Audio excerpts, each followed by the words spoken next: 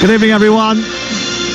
Huddersfield, Arsenal, Liverpool and Manchester United have all won 3 top-flight titles in a row. None of them managed it a 4th time.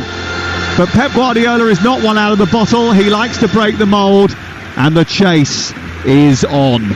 Win tonight and Manchester City goes second, with Liverpool able to feel their breath on the back of their necks. The gap will be just 2 points, and the 3-time reigning champions will have a game in hand. But Brentford aren't a typical compliant opposition. They were the only team to beat Manchester City home and away in the Premier League last season, and they too want to make a bit of history.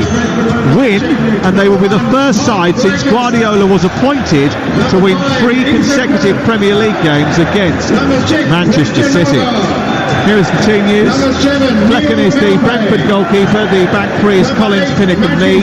Roerslev, Norgard, Janalt and Reguilon are the midfield quartet, with Jensen playing just a little bit further forward. Tony and Mopai will lead the line. Manchester City have Ederson in goal. Walker, Diaz, Ake and Vardiol are the back 4. Rodri will hold in midfield.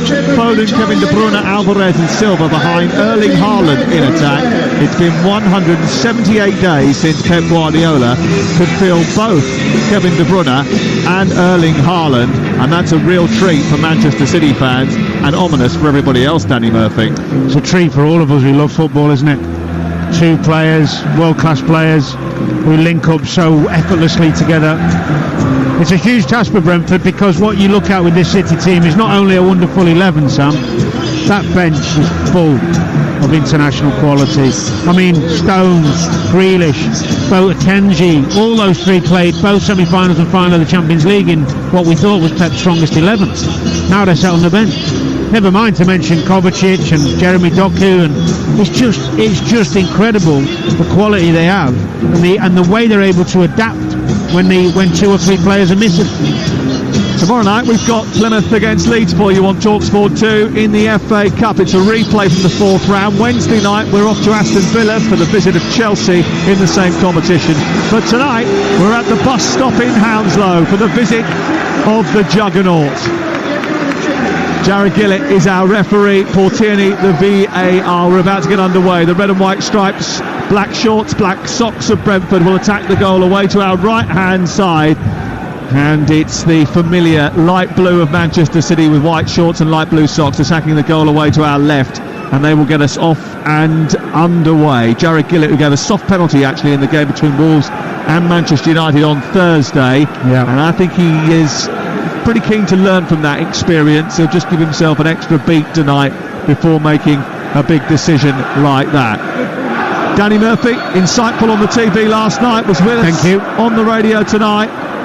How wary do you think Pep Guardiola will be about Brentford, bearing in mind that they had his number last season? I think Pep is so studious that he's wary of every team he plays and give them respect. I mean, Man City's success is so consistent, mainly because of him and the way he prepares his teams to always be at it. That's why they win so many games. Interesting, Sam, just looking at the teams. Bernardo Silva on the right, Foden on the left.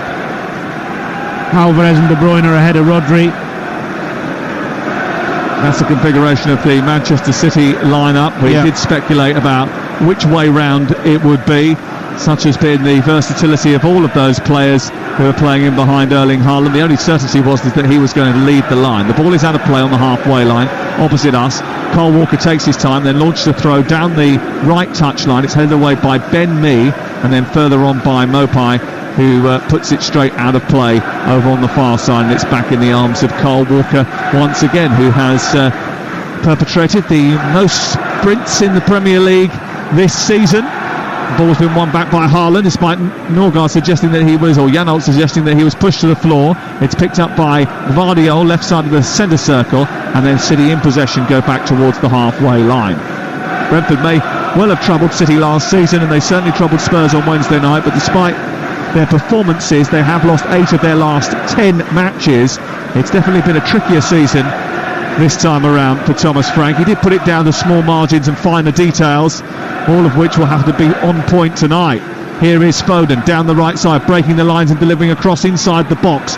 It's chipped behind Haaland, and it's cleared away, and now a chance to break for Ivan Toney, who goes up over the halfway line, links with Mopai, goes speeding down the right side, being tracked by Ake and Gvardiol. He gets into a bit of a cul-de-sac, then turns across into the box, and Mopai does well to get in front of Diaz, holds it up well, and then travels outside the penalty area before Rodri brushes him aside and says, "I'll have that, thank you very much."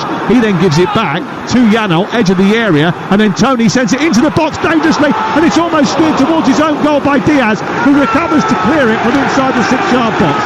That's a chaotic start from Manchester City. It was, and it was Diaz. Awful ball into, he clears it and kicks it into Rodri. It's not Rodri's fault at all. Comes back to Toney on the right-hand side, puts in a dangerous ball, gets caught up in that wind.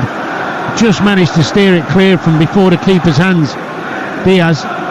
Well, they had their first set piece of the game, and Pep Guardiola mentioned it in his press conference yesterday, suggested that there would be a few dangers from set pieces from this Brentford team, who have a new set piece taker in Sergi Reguilon, left-footed in towards the middle of the 6-yard box. It's headed away by Haaland, and then it drops for Foden, who takes it beautifully out of the sky with one touch and then hooks it to the halfway line.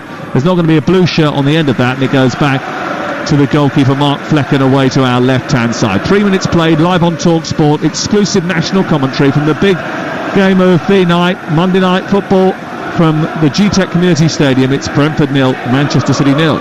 It's the first time I've seen this season a team throw every person in the box, which was mainly because City took everyone back, which I think is a recipe for disaster for Brentford if they do that again. They'll get caught if they do that on corners for. They left so much space, didn't they? I mean, it was like there was an open field away to our left-hand side. I've not seen that. And everybody inside the 18-yard box. I've seen it in the 91st minute when a team are chasing, but not in the first. Here is De Bruyne, far side the right for Manchester City. Back in field it goes. Brentford backpedal to the edge of their box, and the ball is switched towards the left, and Gvardiol in the midpoint of the Brentford half. Ake forward to Alvarez, who drops, picks up the ball, looks and turns. He's had such a good spell, Alvarez, in the absence of Erling Haaland. 7 goals in 7 games for him. He's been really useful. Never gets mentioned, never really steals the headlines, but he does a great job. Here is Gvardiol, back on the left again. Infield to Ake, then Rodri, who is the only outfield player with his shirt firmly tucked into his shorts. He plays it left to Gvardiol once again, and then centrally the ball goes looking for Alvarez. It's touched away by Norgard, and a chance to counter-attack, and Toney's in a sprint with Ake, but Ake had a bit of a head start on him, and he's going to get there anyway. The pitch is very wet, and it's wet because they watered it heavily before the start of the game. Is there thinking behind that, Danny? Well, I can't see it benefiting anyone other than City, really, but I don't know. You'd have to ask the groundsman. I don't see why Brentford would want it slick. Foden's asking for a foul there. He tried to run inside off the left and felt he got pulled. I mean, when the ball's running along the floor, it is, there's spray kicking up either side, isn't there? They've heavily watered it. Here is Rodri travelling down the left side of the centre circle. Played square to Walker. Walker, wearing pink boots, plays it into Rodri. The football being played inside the Brentford half. 5 minutes in, still goalless. Here's Diaz, who had that little wobble. Back in the team from the start today after being on the bench against Burnley. Alvarez tries to receive a pass from Walker, but it's cut out by Benme. And then it's cleared upfield by Reguilon. Hits the back of Bernardo Silva and goes out for a throw-in opposite us. 0-0. Brentford happy to sit off. Happy to let Man City have the ball. We've seen them do this before. I was curious to see whether they'd start the game on the front foot, but they've actually decided to play with a low block when City have good possession. Nothing wrong with that, and then try and break out. But that's going to be a long evening for them doing that, but they feel that's the best way. Yeah, he did actually say yesterday in the press conference that was how he was going to play. There was an opportunity to get Sergi Reguilon down the left-hand side there and in behind the City defence. I mean, I say in behind the City defence, he would have had Kyle Walker chasing him, so he probably wouldn't have been in behind it for very long. But they didn't find the pass. Kevin De Bruyne has, characteristically, on to Bernardo Silva. The return pass down to De Bruyne sends him into the right wing position. Haaland lurking at the far post, but the cross is too close to Mark Flecken, who gathers it in his purple jersey and immediately throws it out towards the far side and finds Reguilon, and he's got Toney on this right side he's trying to pick out, but he didn't get enough loft on his delivery. Yeah, it's alright though. That's what Brentford are looking at. Breakaway, can you get that final ball right? He messed it up, but he saw it. Here is Bernardo Silva trying to capitalise down in the right wing position. De Bruyne into the centre, looking for Haaland. His first time shot is blocked brilliantly by Collins, and it's smuggled away to the far side. and out for a throw-in. That's twice De Bruyne has got in on the right-hand side. The first one he hits it straight at the keeper. Unlike him, that was a better ball to Haaland. It got blocked. What Thomas Frank said yesterday about the way they were going to approach it, I thought was quite revealing, actually, as Norgard tries to win it on the edge of the area. Gvardiol sends it into Haaland. He gets it back again, tries to tee it up for Foden. It cannons off Roeslav, who comes out to the near side, battling with Gvardiol, plays it against him, and it goes out for a throw-in. What he said was he wants the high pressure to work in spells, the low block to be effective, and then be cool and brave when they are on the ball. Doesn't want much then. That sounds like a dream he must have had. Well, he did say they'd have to be completely perfect to beat Manchester City. No, he's spot on what he's saying. Low block at times, we're going to have to be patient. We're going to have to be concentrated. And at times when we get a bit of momentum, let's go after them and try and impose ourselves in the game. And let's try and play some good stuff. Let's try and cause them some problems. 0-0. Gvardiol has a throw-in. And this is about 10 yards short of the halfway line in front of Pep Guardiola, who's standing right on the perimeter of his technical area. Rodri gets it back to Gvardiol, and then in turn they go all the way back via Ake to the goalkeeper Ederson, who, well, I'm not sure picked out a pass to Walker, but did manage to find Walker. Walker tries to turn it back down the touchline, but he was being pursued by Reguilon, who is rapid as well. That'll be an interesting foot race throughout the course of the evening, although I know my money will be on. And they have a throw-in, which is brilliantly taken by Walker. And it's thrown into De Bruyne, who's trying to get away from Janelt, whose speed takes him past the Belgians, who nick the ball off him. And he guides it all the way back to his goalkeeper Flecken. It was good defending by Janelt. It was. Patient, wasn't it? Didn't dive in, didn't get a yellow and trip him up. He did his work. That's called disciplined midfield play. You've been beaten, but you're not going to give in on it. He's the only Brentford player to play in all 25 games this season, Vitaly Janelt, the German, 25 years of age. They have a job to do tonight with De Bruyne and Alvarez dropping into those areas that he is going to have to patrol alongside Christian Norgard. They're delighted to have him back, by the way. Such an influence on this Brentford team. He's a good player, he's a really intelligent footballer. Good on the ball, good pass through the ball, and actually defensively does his job, fills in holes, sees danger. Really like him. Alvarez dropping so deep, he's almost on the edge of his own penalty area to pick the ball up from the goalkeeper, then switches it out to Ake, who runs at rapid speed, carries it about 50, 60, maybe even 70 yards out towards the left-hand side on the edge of the penalty area, gives it to Gvardiol, who switches it back to Alvarez. Alvarez gets to the edge of the box and shoots towards the near corner, and Flecken has to dive up to his left and tip it round the post with his fingertips. It was a brilliant Manchester City move, which started with the goalkeeper playing the ball to Alvarez on the edge of his own box.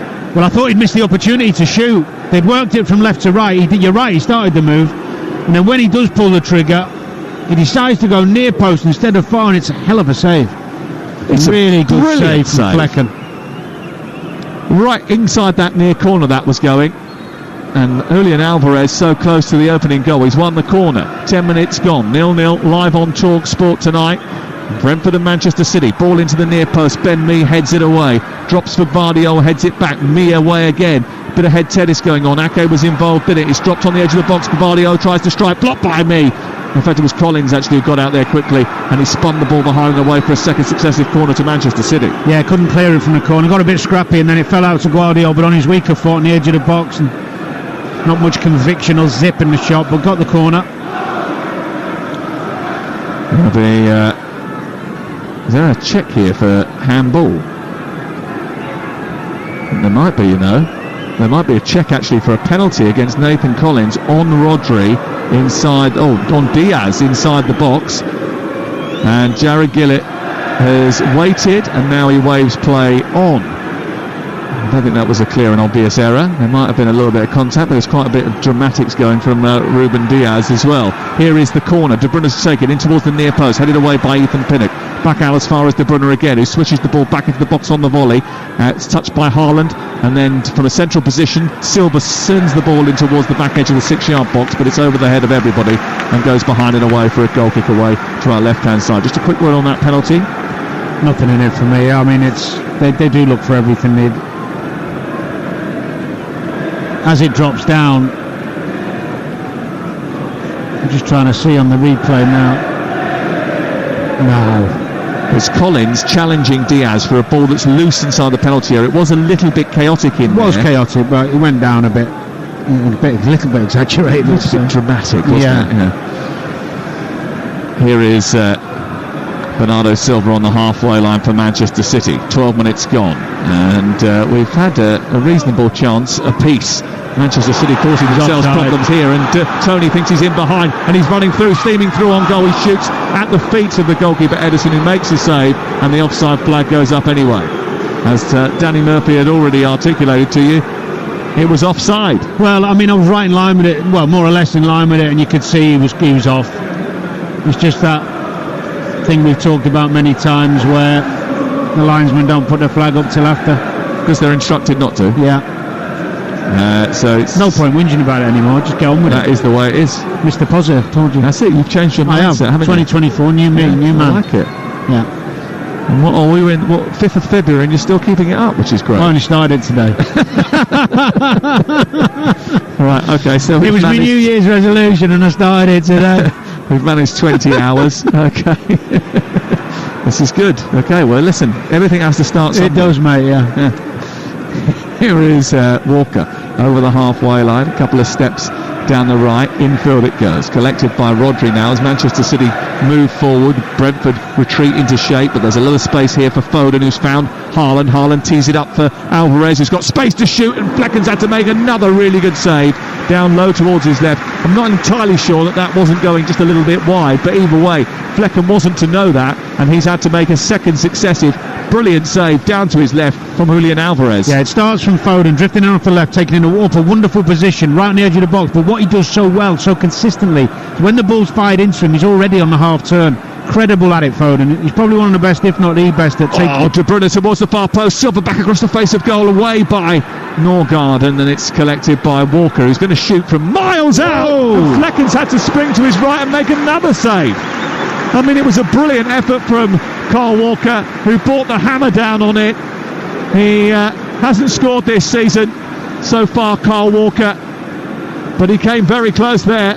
Yeah, he struck it beautifully. It was true. That was a long, long way out. That had gone in, the keeper would ask. It's a decent save, but it's one he should make. But yeah, I was just talking about Foden. He's the best in the league, one of the best at receiving the ball on the half turn. So reliable with his touch, and then he's at you.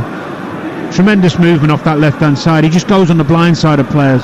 Doesn't matter where he plays, he ends up in those pockets. Super player. Yeah, well, I mean, something that Pep Guardiola touched on yesterday in his press conference when he suggested, one of the things he's got is not only his amazing versatility, but his ability to operate in tight spaces. Yeah. And in games like this, when you're playing against a low block, he is able to unlock the door every now and again.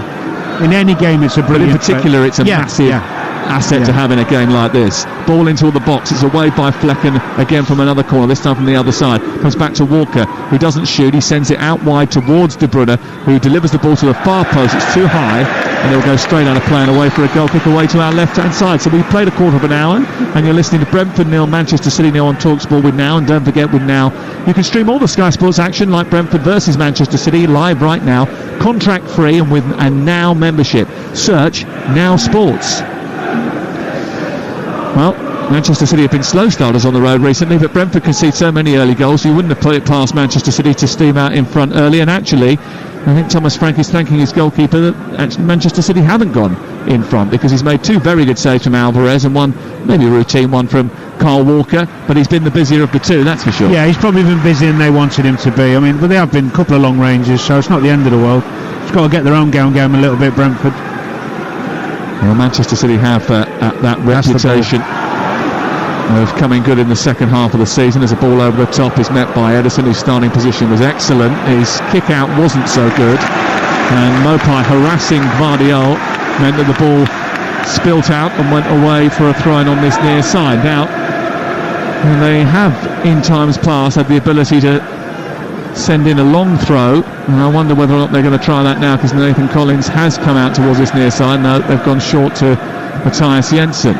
Roslav back to Jensen, who kicks it against Foden. It goes out for another throw-in midway inside City territory, wide on the right-hand side. I don't think we see that ball enough from central midfielders that Norgard just played. Ball square into him and then flipping one over the full-back's head for people to run onto. It's a blind ball, but one that gets any defence turned and gets you up the pitch. Yeah. Who played that the other day when I was watching? It was Ben Godfrey, I think, played a similar ball like Mainu that. played a couple. Mainu's good at it as well. In the game, Everton-Tottenham on Saturday lunchtime. And it is such a useful tool. Left full-back position, the ball thrown into Rodri by Gvardiol. His clearance actually is going to be met by Sergi Reguilon over on the far side. So Brentford going to keep hold of the ball inside City territory. Reguilon does well to find Norgard. Norgard back to Reguilon as Walker backs off, and they keep hold of the ball and start moving up the pitch here. Reguilon runs forward, takes a couple of steps forward and engages Rodri. He's then crowded out by two players, but managed to keep hold of possession. He's done very well to do so. Can he get something out of it? Has he twisted himself into a position where he's lost the ball? Yeah. He's done just that. I thought he had a chance to cross it, and just take the risk of a deflection. He kept chopping and chopping and chopping. He's got it back again though.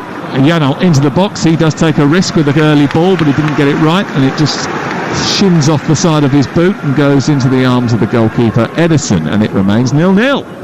It's been a lively game, and it's been competitive. Yeah. And that will please the fans of Liverpool and Arsenal, who will be watching on and listening on with intent, wondering what their final result could be. I think yesterday looks as if, when you look at the table, of sort of concertinaed that top end of the Premier League, but actually it's put Manchester City back in the driving seat again. The driving seat that they were always likely to occupy at some stage. But they're only in pole position if they win here tonight. Here is Walker clipping the ball forward. Haaland's on the charge, didn't get there. De Bruyne gets hold of it, pinched it away from Roeslav, then gets to the byline, produced a cross, it's deep. Haaland trying to get up there. Across goes the defender Reguilon, it bounces off the Norwegian and then off Reguilon apparently, and goes out for a corner kick. Janol's not happy about it. He thought that was going to be a goal kick. See, that was actually a ball from Kyle Walker trying to get Haaland in with a diagonal. But the knockdown, De Bruyne read ahead of the other Brentford midfielder, and that's the bit that shouldn't be happening. It's all well getting done with a really special through ball, but the seconds, the bits, that's the bit that Brentford are usually very good at. You can't let the midfield man beat you on a knockdown. It's not about skill, that's about determination. TalkSport live on a Monday night, 0-0, 19 minutes play. The ball comes in from the wide right position towards the edge of the penalty area. It's taken down by Bernardo Silva and sent square into Walker from the corner. Another corner for Manchester City, their fourth of the game so far. Back out to the edge of the area it comes, and Gvardiol, this time on his better foot, still manages to find Rosed on the stand away to our left hand side. The west stand in this 17,250 very cleverly appointed stadium on the edge of the Chiswick bypass. It's always a great atmosphere down here. Every time I've been, it's been bouncing. The thing about a small stadium, you get that feeling of atmosphere, don't you? That it's always full. It feels more electric than having a bigger stadium that's half full.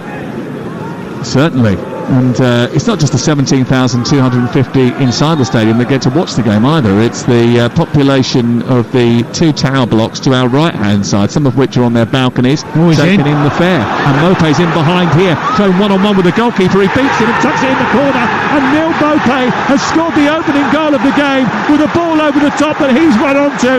It's 5 out of 5 for Mopé, and Brentford once again are bemusing Pep Guardiola and Manchester City. Rodri is complaining, but it was very simple. A ball over the top, there was distance to run into for Mopé. He was in behind the defence, he drew the goalkeeper, he slipped it into the far corner, and Neil Mopé is on the score sheet for Brentford for the 5th consecutive game. It's Brentford 1, Manchester City 0. It's a long ball up. Nobody touches it. I don't think anybody touches it, Sam. That's why he's onside from the goal kick. Well, it's a straight goal kick, so you can't be offside from a goal kick. But I think City thought maybe Tony touched it, hence the fact he's 3 yards offside, but nobody touched it. He's miles away from Ivan Toney, actually, when you look at the replay. So it's just it is from the goal kick. It's just one straight long goal kick over the top, and there he was in behind. He's in an offside position, but they don't go back with him. for whatever reason, whether they don't, I mean, the City defenders have completely switched off, and it's a calm, clever finish from Mopai. Wow. They're doing it again, Brentford. Here is De Bruyne looking to try and react straight away in towards the near post, and it's behind and away for a goal kick. Oh, we've played 22 minutes and he can't quite believe it, Pep. Come out of nowhere. Come out of nowhere, but isn't that's football? You think you're in control of a game, you're making chances, you're pressing, you're probing, and then bam, one switch off. Well, they've got a corner. We'll analyse it in just a second as the ball goes in towards the near post. Christian Norgard heads it away, bounces to halfway. I mean, it's come about because that goal kick goes straight down the middle. Ivan Toney backs into Ake, which creates a little bit of space. He pushes him off. Ake can't get anywhere near the ball. The ball bounces once and goes through to Mopai, who's in an offside position but is allowed to run onto it because it's from a goal kick. He races, gets to the edge of the penalty area, goalkeeper comes out and he puts it in the far corner. I mean, you've got to go with runners off a goal kick anyway. I don't think you should be relying on a centre-half to head it. Ball in towards the edge of the box, away by Ben Mee. And what a purple patch he's in. 5 goals in his last 5 games. It's pretty impressive. And here's Haaland. They've given the ball to him now, and he's one-on-one, and his shot is not as precise, and it's saved by Flecken and cleared away by Brentford's defence. Well, that was a gift from Brentford, and Haaland has misfired. Ball's back on the right with Manchester City. Bernardo Silva into Kevin De Bruyne. Over the top, takes a deflection on towards Alvarez, who prods a header goalwards. It's stopped by Flecken again. It's 1-0. Poor back pass from Brentford, straight into Haaland's feet. I'm not sure who it is. It might be Janelt. And Haaland on his left foot, one-on-one. You expect the net to bulge. Poor finish from that man.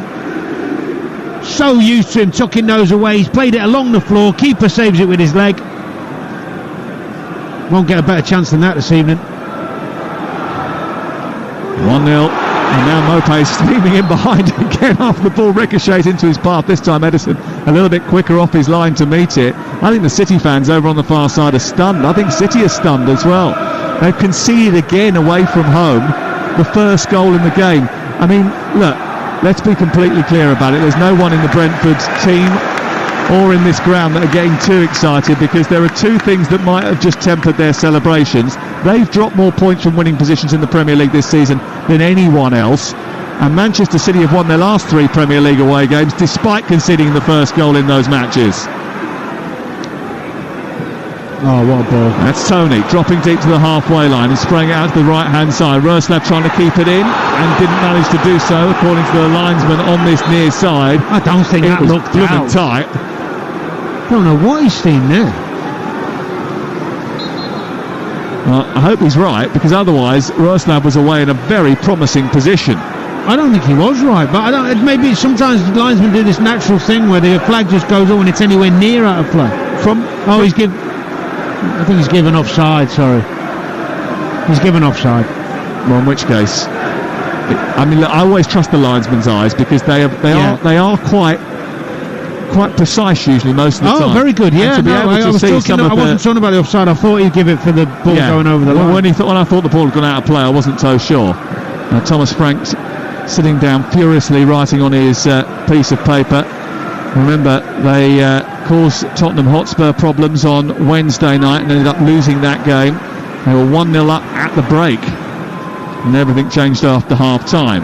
Mopai trying to centre the ball, looking for the run of Ivan Toney, and it's cleared away.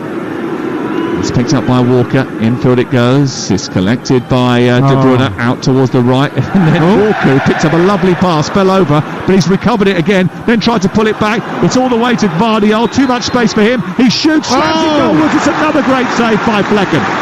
Sprawling to his right hand side and pushing the ball out for yet another Manchester City corner. Getting in down that right hand side again. Walker pulls it back, edge of the box. Gvardiol, you think he's missed the opportunity, sets himself again on his weaker foot, bends it in the left corner, and Flecken reads it really well. It's good finish from Gvardiol. Yeah, and it was a heavy touch to set it up first of all, but he managed to get there and strike it, and Flecken made the save again. He's having a good day, despite the fact that he's got one of the lowest save ratios in the Premier League. There's a body that's tumbled to the floor, but it's a Brentford body that's gone down. Hold on, it's the man who could start a fight in a telephone box, Neil Mopai. He's dropped his darts. Well, he's already found the bullseye, so I don't suppose he minds too much. Isn't it amazing? One season to the next. Couldn't hit a barn door last year, and every time he gets a chance now, you expect him to score. Well, he's just, some players suit some clubs, don't they? And this is his second spell at Brentford. He has had 2 good spells. He's only on loan actually from Everton until the end of the season. A bit of pushing and shoving inside the box as the ball goes in towards the near post. That looked like it hit a hand inside there, and it's eventually cleared. It might have been Ben Mee whose arm it struck. They've smuggled it out towards the near side. Guardiola's put it back in again. It's away by Reguilon and taken down by Bernardo Silva. The ball is wide over on the far side, and Walker wants to centre it. It's 1-0 to Brentford.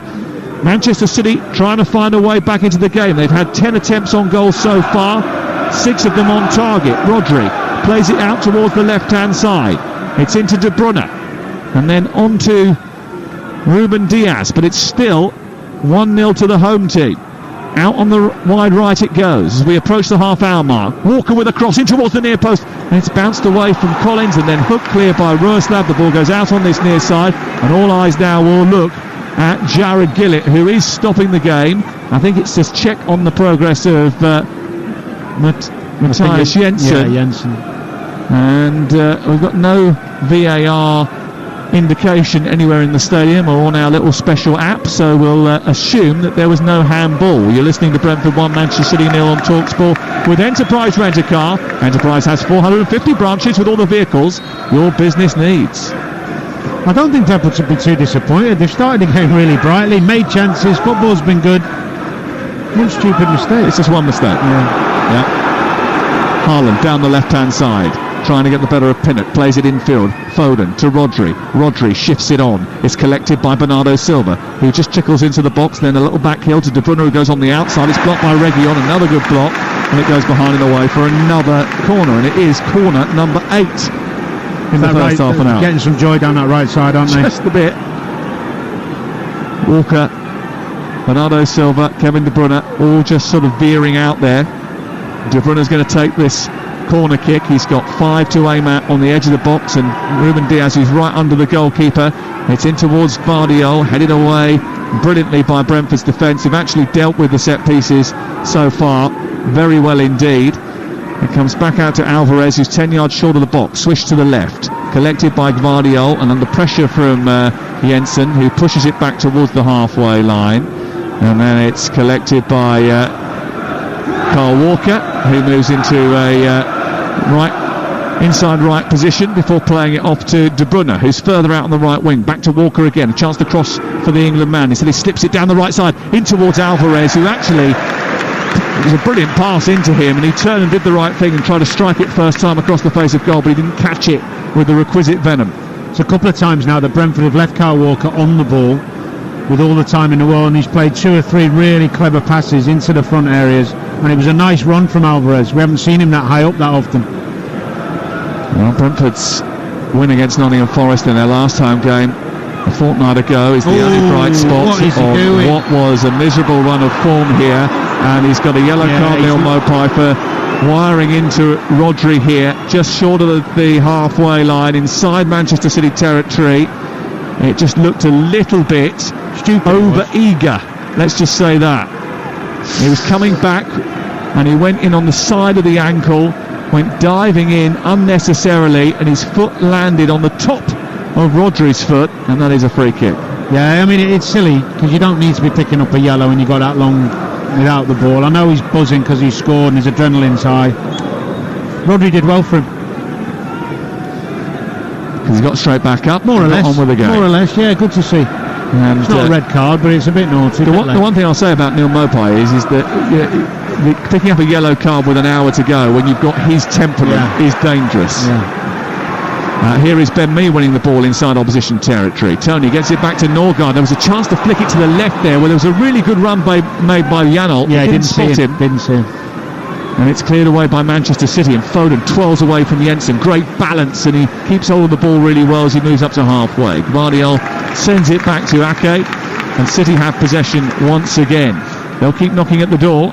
Alvarez dropping and then playing it wide towards the right. He was going to try and play it over the top for Haaland, but City just got a little bit caught on the ball, and it just delayed their attack. Out to the wide right it goes, and Bernardo Silva, then on to De Bruyne. De Bruyne trying to send it centrally again. Ben Mee comes across, it's out for another corner. Brentford 1, Manchester City 0. Neil Maupay with the goal after 22 minutes separates these two teams, and the assist goes to Mark Flecken for his long raking goal kick.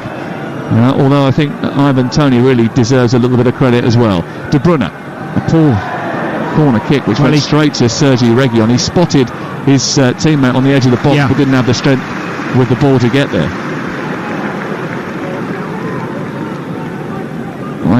Idea was right, execution not so. Yeah, the problem at the moment Brentford have is Mee and Reguilon have got an overload because of Bernardo Silva, De Bruyne and Walker down that right side. When to come out, when to drop off, and the problem is for me, of course, is he comes out too much. He thinks he's going to leave a hole in behind for Alvarez or Haaland, and that's the plan. Is the amount of he's in the. Pinnock stood in front of Haaland because for a moment there he thought he was getting away and into the penalty area from an incisive ball from Walker. Maupay has robbed Walker of the ball, got it back to Norgard, and then Manchester City have gone flying into tackles. Brentford have stood firm, they've kept hold of the ball, got it back to Ben Mee, and then Flecken has sent it long into the night sky in West London. The ball drops on halfway, it's headed down, it's a poor back pass, and the goalkeeper's come a very long way, and Ake did well. Ederson did just about get there. Bernardo Silva looked as if he'd fouled Vitaly Janout. The referee said play on, and we continue. And Walker brings the ball clear, but again there was a little bit of chaos inside that Manchester City defence as they looked to respond to that long back pass from Bernardo Silva. Well, it was a poor ball from Bernardo Silva, we don't say that often, but he mishit it, looped it in the air over his own back four's head. It's going to be a problem. City still coming forward despite Janelt being down inside opposition territory. It's picked up by Bernardo Silva, whose left-footed shot goes over the top of the crossbar, and then the referee calls for some service to Vitaly Janelt, who's still holding the back of his left ankle, and Bernardo Silva is under scrutiny.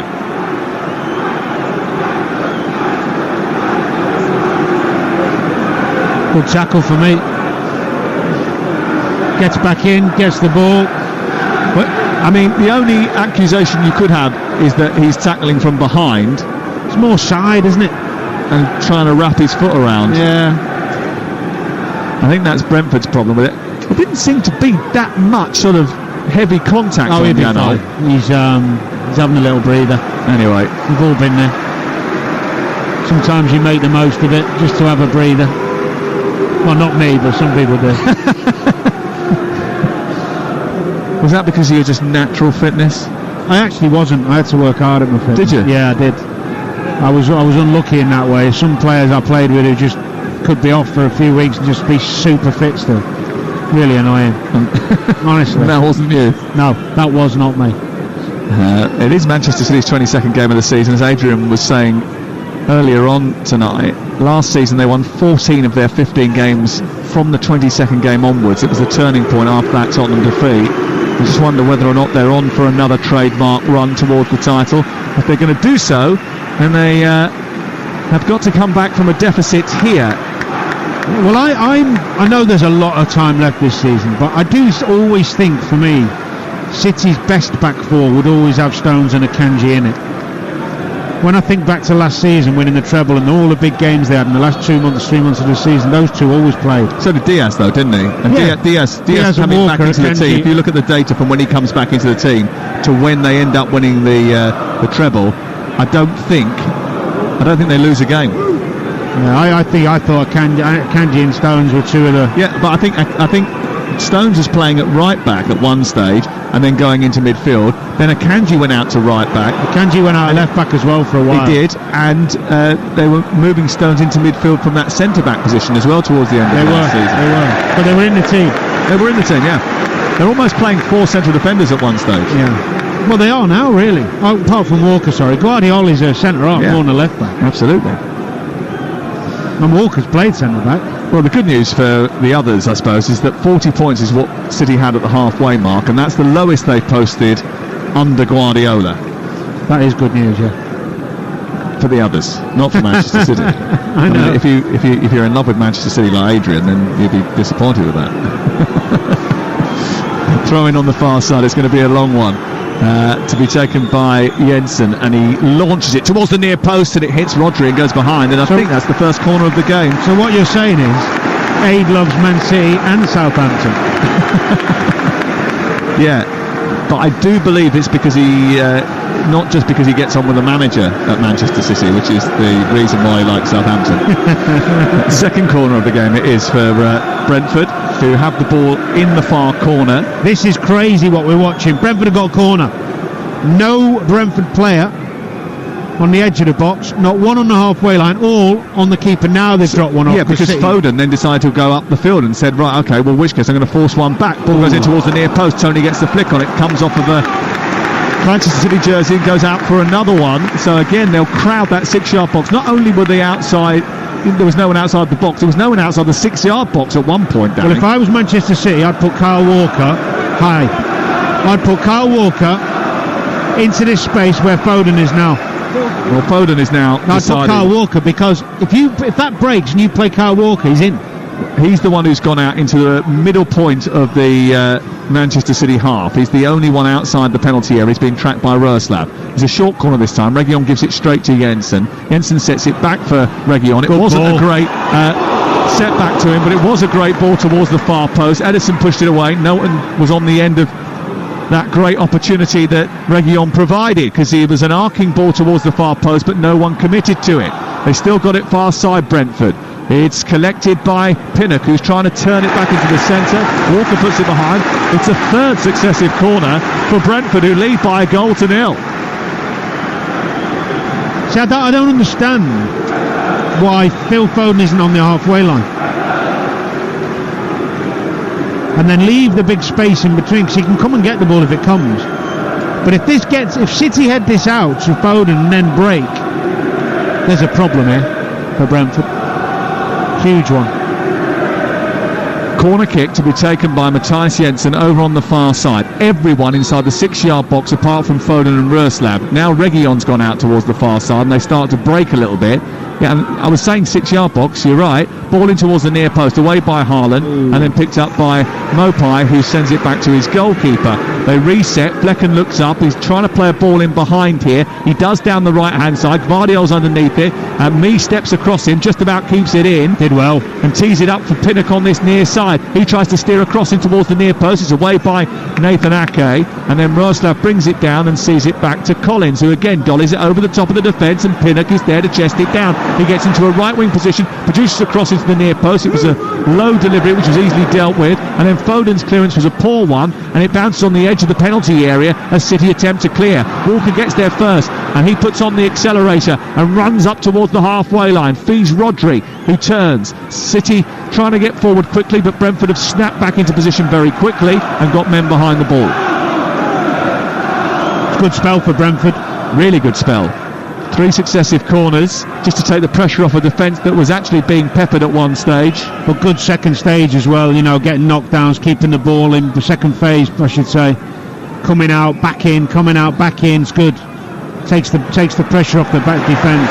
Reguilon's done brilliantly, and he's got out towards the far side, and he thinks he's kept the ball in. Darren Callis, the assistant on the far side, says he hasn't, and it's gone out for a throw-in.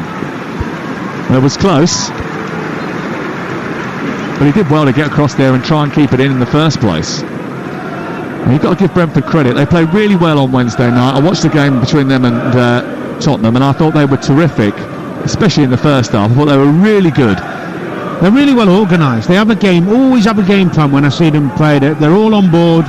They give everything for the manager. They've got some quality players. That's why I said earlier when me and Aid were talking, I really don't think this side will go down. Irrelevant of tonight, I think they've got players to come back. They've got a good group. They can vary their play. But you always sense that Manchester City will come back into it at some stage. They've got the players, they've got the experience, they've got the nous, and the ability. De Bruyne showing that. Gvardiol down the left, flashes a ball through the 6-yard box, and again there's no one there to convert it.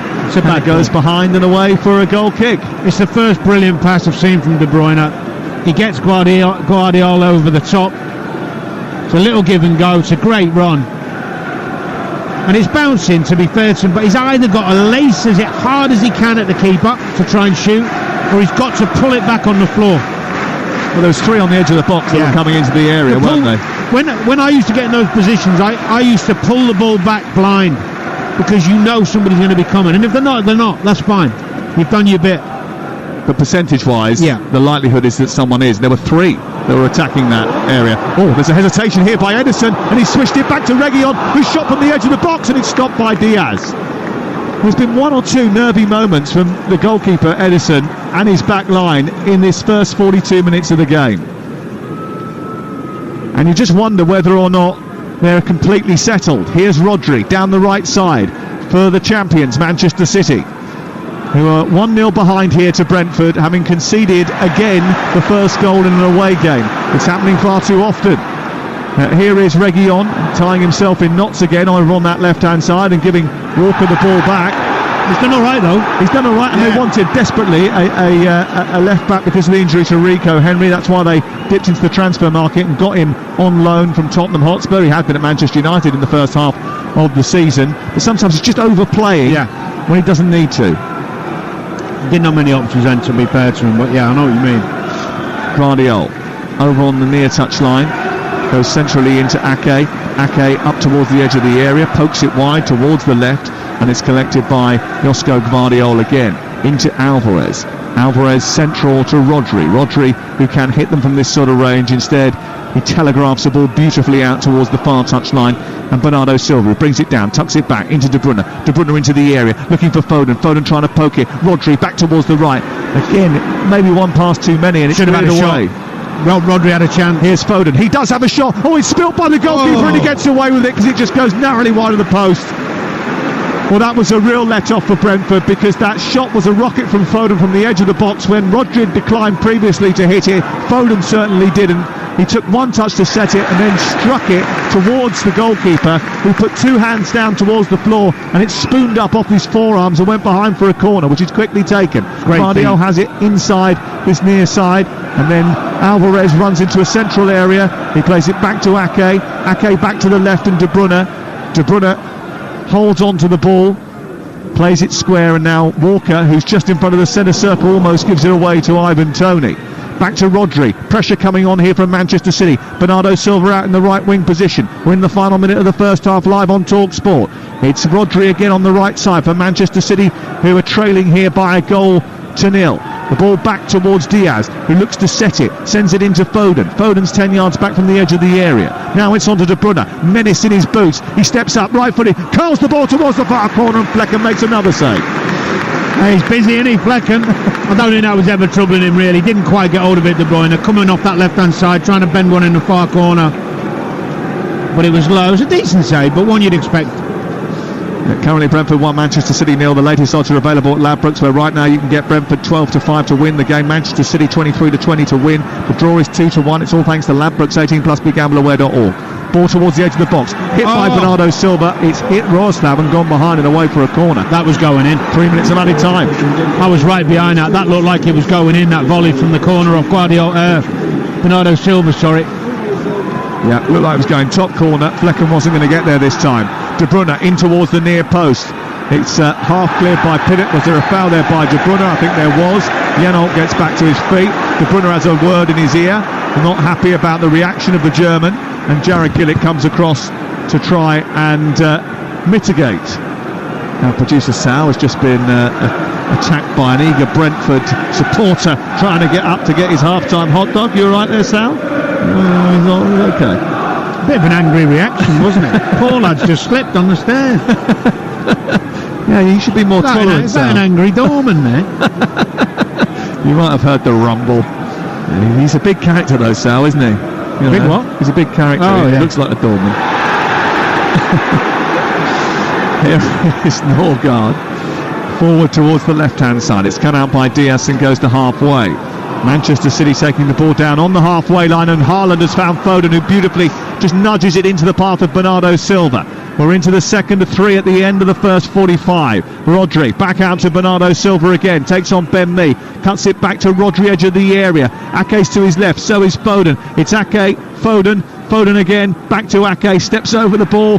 jumped over it a little bit like a pantomime horse and then turns it back infield to Rodri, who tries to clip it down the inside left channel. Again, brilliant defending, and now they look to spring and attack, and it's Tony off to Mopai, who's down the left hand side. He's got support coming from Janelt, but Walker has shown him straight towards the touchline, and he's kept the ball well there, the Frenchman, and steered it back towards his defence, who find their goalkeeper. Did well, Ivan Toney, there, because that little link up, he always makes seems to make the right pass. Very trustable. Reliable is the word, not trustable. Don't know where that come from. Very reliable when the ball goes up to him. Seems to make the right decisions 9 times out of 10.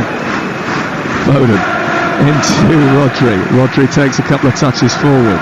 It's on to De Bruyne, who's in the inside right channel, whose header is from Pinnock is not great. Comes to Foden, and Foden pops it in.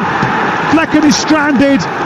And Brentford, the architects of their own downfall after 45 minutes of stoic defending. And Phil Foden scores the leveller for the champions. De Bruyne involved, but Ethan Pinnock's header steered it straight into the path of a Manchester City player, and Phil Foden wasn't going to make a mistake from 7 yards out, and it's 1-1. Well, they've deserved it. De Bruyne plays the ball in, and Pinnock doesn't know where he's at really. Heads it to Foden, and most players, as it falls to Foden, would try and hit it one touch. Look at the composure of the finish. It's on his chest. Comes out from Pinnock. It's on Foden's chest, and he calmly side foots into the corner. I think he gets the goalkeeper the eyes as well, because Fleck is just about to go to his right and then realise it's gone to his left, by which time his body weight cannot be shifted, and it's into the bottom corner, and it's Brentford 1, Manchester City 1. And I don't think after 17 goal attempts and 10 attempts on target that you can bemoan that. No. They worked hard, they defended well, but not well enough, and once again Brentford, who have got themselves in front in a game, have surrendered their lead. Walker forward towards Kevin De Bruyne, and Haaland is steaming through the middle here. De Bruyne's trying to find him. Haaland's trying to get across Nathan Collins, who does brilliantly, and he gets in front of the Norwegian, and that's the end of what has been a really good first 45 minutes of enjoyed it. Really good. Stadium. Mark Flecken's certainly been the busiest bee. He's had to make quite a few saves in that first 45 minutes. Neil Maupay put them ahead after 22 minutes, but the equaliser came on the stroke of half-time. Brentford frustrating Manchester City for large parts of that first 45 minutes, but if it does stay like this, it will be a result not just welcomed at the bus stop in Hounslow, but a couple of tube stops in North London and a port in the northwest as well. There is 45 minutes to go, and if Manchester City have as many shots in the second half as they did in the first, it won't be 1-1 at the end.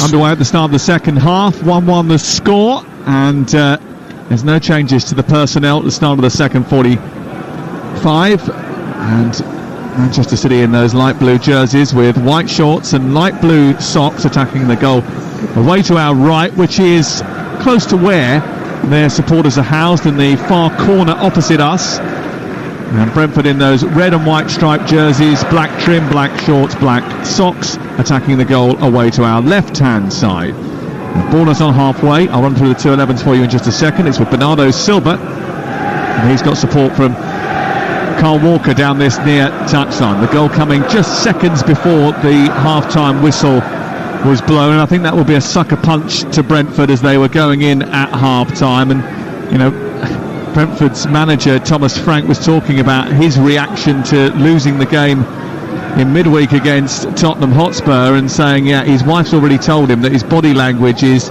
so obvious. He knows exactly, everyone knows exactly what he's thinking, and I'm sure they did at half-time as well, Danny. Sorry, what was that, Sam? I was engaged with. We'll let you off. You keep with your cookie. Here is Diaz down this right side. It's picked up by Bernardo Silva, approaching the edge of the penalty area into De Bruyne and back to Walker. Walker sends the ball out towards the edge of the 6-yard box. Is steered away by Ben Mee. I was saying that I think everybody will know how Thomas Frank was feeling at half-time, but it's his job to lift the team in the second 45. Yeah, don't get deflated. Keep yourself going. Focus on the game plan. I think they did enough in the first half to believe that they can still cause this City team problems. 1-1 the score, 47 on the clock, and Manchester City on the attack, but Brentford have got Flecken in goal, made 9 saves in that first half. Collins, Pinnock and me, the back three. Roeslav, Nørgaard, Jan Jensen and Reguilon make up the 5-man midfield, with Tony and Mopai the goal scorer. Up top here on the right hand side, the ball is at the feet of Roeslav, whose first time ball searches out Reguilon, who's trying to get in behind Walker. Difficult thing to do. He steps across, manages to clear, and City prevent a chance. Super defending that from Kyle Walker, because it was a great break from the two wing backs. Ederson is the goalkeeper for Manchester City. Walker, Diaz, Ake and Gvardiol. Rodri holds in midfield with Silva, Kevin De Bruyne, Alvarez and Foden behind Haaland in attack, and he's hardly had a sniff in the game. 1-1. Rodri nudges the ball towards the left, and De Bruyne, who's moving out that way now, steers it centrally, away by Collins, comes back to Rodri, snaps a shot goalwards. It's repelled by the Brentford defence. Tony holds onto it, draws a foul, wins a free kick to take the pressure off his back line. Yeah, did well there. You could see him looking for it, couldn't we, where we were sat before he even got the touch. Yeah, he moved his bottom into the midriff of Ruben Diaz just to make sure that he got that. Brentford have conceded a lot of goals recently, 2 or more in each of their last 5 games. That's a problem. If they do so again tonight, it will be the first time since May 2007 that has happened. That was the spring that Dan moved to Fulham. The FA Cup returned to Wembley after 6 finals in Cardiff. Tony Blair stepped down as a PM, and Danny was definitely playing Beyonce and Shakira on his iPhone. Here is Bernardo Silva moving up towards the edge of the area. Alvarez tries to go past Reguilon, who won it whilst on the ground, steers it away into Janol. And then they look to break Brentford from deep inside their own half, and they've committed bodies forward here. If Jensen can spot Mopai, then they can get clear, and he's picked it up now, the Frenchman. He's got Tony on the right, Janol in the centre. City backpedaling, Mopai into the penalty area, plays the ball against Diaz, who tries to stop it from going for a corner, and successfully puts it out for a throw-in down by the corner flag. Good break from Brentford. It was Man City had an overload down the right hand side, and for once Bernardo Silva delayed the pass for Walker. Reguilon did really well, then they had the breakaway, and now they've got, well, maybe a long throw and maybe not, we'll have to wait and see, but they got out really well, Brentford. Well, the fact that they've sent Ben Mee and Nathan Collins into the box, plus Ethan Pinnock, would suggest to me that they're going to try somehow to fashion a delivery into the area here.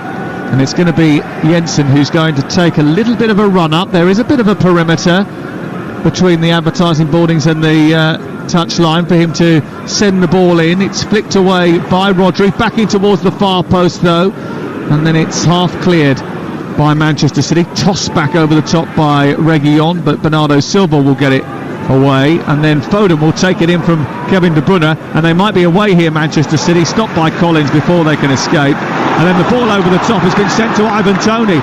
End-to-end stuff. Tony into the penalty area, right side. Can he pull it back to the edge of the box where Mopai was waiting for it? No.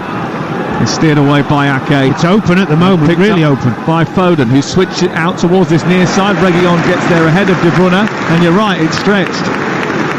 Great start to the second half. Both teams having chances to get in the opposition penalty box on breakaways. Not quite had that final pass there. Either one. Alvarez there for Haaland, he was in if he got that pass better. Brentford 1, Manchester City 1 on TalkSport on this Monday night under the lights of the G-Tech Community Stadium, which is a very tight and close arena. It's sandwiched in between a rail line, a river and a motorway. And there are 17,000 here tonight. 1,700 of them have come from Manchester. Here is Julian Alvarez for Manchester City. 6 minutes into the second half. Everyone from Brentford behind the ball and sandwiched within 12 yards of their penalty area, really. Alvarez out towards the left, collected by Phil Foden, who looks up. He's got Bernardo Silva wide on this right hand side. He's got Diaz in the centre. Diaz plays it square, and then it goes forward again through Ake, moving up towards the edge of the area at walking pace now, as Brentford trying to close all the gaps that Manchester City are trying to find in between those lines and in the spaces between the centre-backs and the full-backs, but still they come with De Bruyne on the left side into Foden, back to Foden again, and then out towards the wide left, a touch by Janol, sends it towards his own goal line. It's cleared away by Roeslav, and it's out for a throw-in opposite us. Still 1-1. Foden from De Bruyne. Foden looking to try and get it out towards the near side, where there's a bit of space for Carl Walker, who just sort of peeled off, but he's immediately engaged by Jensen, who he shrugs off rather easily, pushes him away, gives it to Bernardo Silva. Back it goes to Ruben Diaz, into Rodri. Ruben Diaz again. He looks up, threatens to thrust it forward, doesn't quite do that, plays it out wide instead to Bernardo Silva. Reguilon tries to keep him at bay. Right angle of the penalty area is Walker, and Manchester City playing the ball almost horseshoe style around the box at this moment in time, and Brentford defending that box to within an inch of their lives. De Bruyne trying to find an incisive ball, and does that into Foden, and it's a glancing header into the far corner, and what a brilliant goal that is! Facing the lowest of low blocks, facing the tightest of packed defences, it is unlocked by Kevin De Bruyne's brilliance, and a glancing header from Phil Foden to double up at the G-Tech, and they've come from behind to lead the champions by 2-1. Well, it is a brilliant ball from Kevin De Bruyne, bending inwards towards the goal from that left-hand side. But I have to say, that whole passage of play, watching Foden's movement, kept trying to come to get it to feet, kept trying to find a way and a space. And then when De Bruyne gets the ball, he makes a little diagonal run.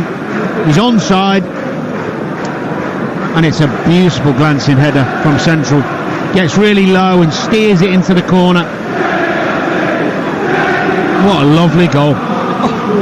High quality. 13th goal of the season. The only player to score against Brentford last season scores against them twice tonight.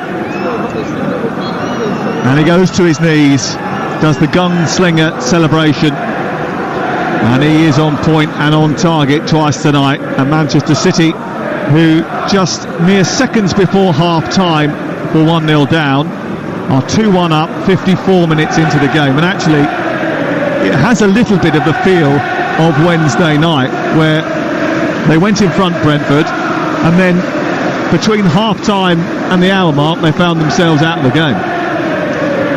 I mean, this City side just keep probing, and their movement and their I mean, they can do it against anybody. It's not a slant on Brentford. They are trying to concentrate. They've got numbers back there. It's just really hard to stop this City side scoring when they have so much creativity and inventiveness. It's his movement, it's his quality of finishing, but also the amazing ability of Kevin De Bruyne to come up with an assist in that particular moment. Has he made an impact since coming back from 5 months out? You're damn right he has. It was interesting listening to Thomas Frank yesterday saying he thinks he is, over the last 5 years, the best player to have played in the Premier League. Most consistent in terms of level of performance on a week-to-week basis. I'd be hard-pressed to argue with that. He has been absolutely terrific. Norgard flies the ball out to Reguilon. Now it's Brentford who are chasing the game. That's looking for Tony inside the area, and it was only half cleared. It comes back to Roerslev, who strikes it, and he misses the target from about an angle of 45 degrees and maybe about 16 yards from goal. But they got a little bit fortunate with the deflection off Ake as the ball went into the box. It was arced towards Tony. It was a really good delivery, actually, a dangerous ball which Ake couldn't properly deal with, and the finish from Roerslev certainly left something to be desired. Decent play from Brentford. Reguilon involved again. Just snatched it a bit, Roerslev. Worth a go though. I think it's there to be hit. Well, we've played 55 minutes. It's 2-1 to Manchester City on TalkSport with Now. And don't forget, with Now you can stream all the Sky Sports action like Brentford and Manchester City right now, contract free, and with a Now membership, search Now Sports.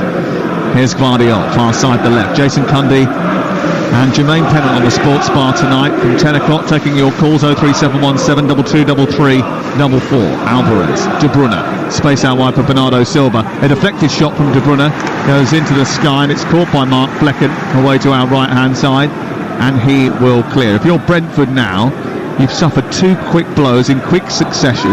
How difficult is it not to feel negative, to allow that to affect you? It is difficult, but that's where you need to play more experienced. I mean, a lot of these guys are experienced, but you know, you need to remain professional and keep focused on the job in hand. Don't go too cavalier yet. There's plenty of time left in this game, and they've shown. Here's Foden taking the ball down in the number 10 position, looking to strike from the edge of the box, and firing a hat-trick. They're just going to say they've shown already they can cause problems. So don't get cavalier, don't get gung-ho, don't try and do it on your own. Stick to the plan. There's one goal in it, you're in it, you've got a chance. Alvarez. Back to Diaz, who's in front of the centre circle. Plays it out towards the near side. Walker takes it on. He's got, again, that tightly packed Brentford defence. Foden with a little back heel. He's looking for his second senior hat-trick tonight. He's scored twice already in this game. Rodri out towards the left-hand side, and Gvardiol, who steps up, cuts back in, looks for an outlet, sends it back to Nathan Ake. Then it's into De Bruyne. He turns it round the corner to Walker. Pep Guardiola trying to G up his team once again. And then Diaz into Foden. Back to Foden again. It's just complete total domination now, the football by Manchester City, as Brentford retreat towards the edge of their own penalty area. Josko Gvardiol into Rodri. Now De Bruyne, more space. They manipulate the ball well and then manipulate those tiring limbs well. So hard when you haven't got the ball for so long. Bernardo Silva into Walker. Oh, that's a very high looped ball towards Josko Gvardiol, who goes diving towards the ball. He claims it came off a Brentford jersey, and so does Jared Gillett. It's out for a corner. What they do really well is they don't ever get bored of probing and being patient and passing the ball.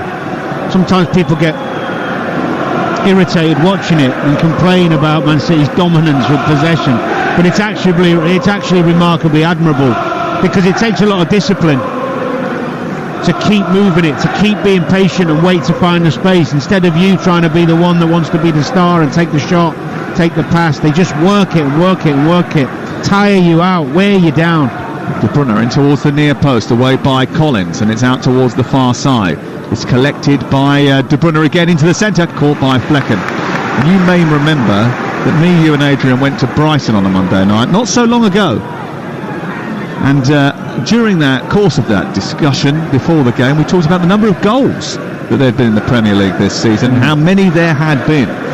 Well, thanks to Phil Foden's second goal tonight, we now have 44 goals for the Premier League match round 23, and that equals the record set on match week 2 of the 2020-21 season and match week 34 of last season.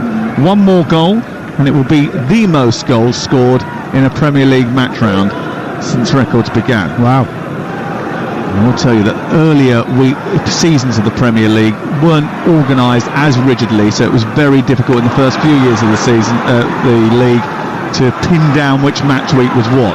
Here the ball is delivered towards the far post. Ivan Toney into the air, comes back to Norgard, who strikes it. He's missed. Takes a deflection and goes wide. It's a great chance, a brilliant chance for another goal, and it would have been a record-breaking goal, and Norgard maybe should have scored it. Deep ball towards the far post by Sergi Reguilon, headed down by Ivan Toney, or tucked back by Ivan Toney, and Norgard hit it straight to Ruben Diaz, who blocked the effort and sent it for a corner. He's got to score. Norgard's got to score. What a chance. Thomas Frank knows it. He grabs his long rock star hair and pulls it down the side of his face. It's either side. Nice firm side foot. It doesn't quite catch it. A man of his technical ability should be scoring. That's why his header was in his hands. Devastated. Here's Jensen in towards the near post, and Norgard's flicked it on and it's scraped the far post. Maybe just an inch wide of it. It was a brilliant delivery by Jensen. The flick on at the near post from Norgard, whose movement was really good. Got up well, glanced it towards the far post. Actually, it was a little bit further away than I thought initially. And it's out for a goal kick. They're not going to get too many chances as good as that, Brentford. I could sense the deflation and despair when he was on the floor with his head in his hands. He knew that was a wonderful opportunity. I mean, it's good defending from Diaz, but he's just got to find the corner. What a chance for Brentford to level things up at the G-Tech. Ball sent back towards Gvardiol. And they're trying to win it back high on the edge of the penalty area again, and they've succeeded thanks to Roslav and Toney. Toney then steers the ball towards the near post, blocked by Foden, goes out for a corner. Well, certainly the response has been good. It has been, by the supporters and the players. The manager's happy, he's clapping, trying to get the fans going. Across goes Reguilon to take it once again. You know, you said he had rock star hair. Yeah, You can be rock star and bald, you know that, can't you? Michael Stipe. There you go. Don't be baldest. Mate, I'm not. I'm just saying, is it rock star hair? That's, I think, what you associate with heavy metal rock stars, don't you? John Bon Jovi, Alice Cooper, ball in towards the near post. Comes back to the edge of the area. It's struck by Maupay and it's blocked by the defender again, and it's sent out towards this near side. Set plays are causing City problems. Good ball in again. Was a good delivery, headed away, came back to Maupay and was blocked by Josko Gvardiol. His effort wasn't really strong enough, was it? He's on target, to be fair, but I just think should a bit more conviction. Maybe laces, but Man City getting bodies on the line. Really good response from Brentford. And they're going to take a long throw from this near side, and Jensen's going to take it. He's taken his steps back and then he torpedoes the ball towards the near post. It comes back towards Reguilon, who went to swipe at it before he could strike it. Alvarez had pinched it and cleared it away. Maupay gets it back towards his goalkeeper, and Flecken will clear up over the halfway line towards the right, chested down by Gvardiol, and Haaland wanted it played early, didn't get the ball. Instead it goes out to Foden. Foden motors forward, finds Rodri, back to Josko Gvardiol, and then Manchester City settle into a familiar pattern of holding on to the ball inside opposition territory and looking to try and probe and cause more problems for Brentford. De Bruyne trying to nudge the ball into the path of Alvarez. It's steered away by Janelt, but it was an aimless ball forward by Janelt. It was a tired one, that. Lack of concentration, just a tired one. You're not sure what's around you, so it's going to go one touch because you haven't had a look. Okay. Goes down the left side into the midst of the Brentford half. He touches it left to De Bruyne, who I think probably just plays where he wants. Rodri moves up towards the edge of the area, right-footed strike, and it's caught by Flecken towards the left-hand side. Sam Foden again, in off the wide areas, finding the pocket, the little one touch into Rodri's pass. He is so good to watch. He's so clever, Foden. Yeah, well, it was flagged up by the manager prior to the start of the game, and you do sometimes wonder and worry a little bit, in effect. I know that obviously Kevin De Bruyne is a wonderful player and we wanted to see him, but when he was on the verge of coming back, you started to think, well, Foden's been so good, where is he going to fit into this team? You can't leave him out the way he's playing at the moment. I've been watching him for a while now, and I don't think Gareth can leave him out of the England squad in the Euros. He has to start for me. Well, he's definitely not going to leave him out of the squad, that is for sure. But sorry, I meant the 11. Here's De Bruyne in from Haaland inside the box, and De Bruyne trying to pass it there back to Foden, who was making a run inside the box here. It was blocked by the defender and cleared away. The wind getting up again inside the G-Tech Community Stadium. You can see the shirts rippling. De Bruyne trying to play the ball in behind Haaland, who had made a run through the centre, but it was again and a ball that wasn't really on, and it's cleared by Brentford out towards this near side. It's tight and it's tense and it's very tricky for Brentford to get out, but when they do cause problems. And Maupay is going forward again with Tony peeling away into the left channel. His first time ball into the box, comes through the far post for Roslev, who gets a touch on it. Maupay takes over, Norgard wants it set back, but out comes Rodri, and that ball that went to the far post was taken in by Roslev, but he just didn't have the confidence to hit it, Danny. Do you know what? It was a brilliant move from Brentford, probably the best of the match. Started in the left back area, and Foden just got there in time, I think, to put him off. It was a brilliant track back from Foden. I'd have to see the replay. In towards Tony on the volley over the bar. Well, it's a brilliant ball in from Neil Maupay, deep towards the far post, and Tony maybe had time to chest it down and hit it, but instead he went for the flying volley and it went over the top of the bar. Well, it's another chance for Brentford. I'm just seeing it. He's onside, you know. Miles onside. He gets in. He has to take it one touch, and he's unlucky, Tony. He's unlucky. He's got to take that, I think, one touch. It's worth taking because obviously Bernardo Silva's right there to get back at him if he takes a touch. This is a good response, you know. Really good response for Brentford, who are desperate not to surrender again. Ball in towards the near post this time. Ederson comes out and grabs it before it can reach Maupay, and it's cleared away. And it's picked up by Rodri and steered out towards this near side. What an opportunity Brentford have had Roeslav having 2 chances, Tony having a clear-cut opportunity, he steered over the top of the crossbar, and it remains 2-1. And you're listening to Talk Sport. Jeremy Doku about to come on for Bernardo Silva. Brentford 1, Manchester City 2 on Talk Sport with Enterprise. Rent a car, whatever the mission, home or away, Enterprise helps over 120,000 people every day. So I think Pep got a bit annoyed at Bernardo there, because the play started down here when he got done on a give and go. And then by the time Tony's in for the shot, it's Bernardo Silva who's back there too late, trying to recover. Do you know what? It's so funny that you mentioned that. I'm now looking at Bernardo Silva, and he's nervously looking over his shoulder. I think he's past the stage of being nervous in his career. Bernardo Silva. Here is Alvarez down the left side. Pushes the ball back to Rodri. He's just looking at Pep Guardiola and say, is it going to be me? Is it going to be me? Well, we can tell you it is going to be you. Diaz into Walker. I mean, we're nearing 70 minutes. They've got a league title to win, but De Bruyne has only been back a couple of weeks from a 5-month play. I'd be thinking 70's enough for him to get more into his legs. Why leave him on and take the risk? Winning the game at the moment, 2-1. But Brentford have had chances. Rodri moves the ball into Foden and then back out wide towards the left. Julian Alvarez tries to play it into Foden, and then Ake, then Rodri. Rodri clips it out towards the near touchline. Bernardo Silva takes it down. He sends it back into Walker, and Walker finds Ruben Diaz. Again, a lot of football being played inside Brentford territory. We're on the halfway line with Ruben Diaz now. He sends it out towards the left. It's collected by Julian Alvarez. He's got Haaland waiting on the edge of the box. De Bruyne, Foden just dropping off and playing a decent pass back to Alvarez. Gvardiol in towards Haaland. It's over his head, and Reguilon will bring it down and run it clear. When he fired it forward looking for Tony, and it hit Mopé, he stopped it from going further. And then it goes all the way back to Ben Mee, who tries to clear, and then who's back there defending and stopping the ball from reaching Reguilon? Phil Foden. He's been outstanding. He really has. I couldn't even tell you where he's playing now. I told he's you. in for the hat-trick. Played in by Haaland. He's up against the goalkeeper and he slips it in brilliantly. Phil Foden completes his second career hat-trick, and he does so after a give and go with Erling Haaland.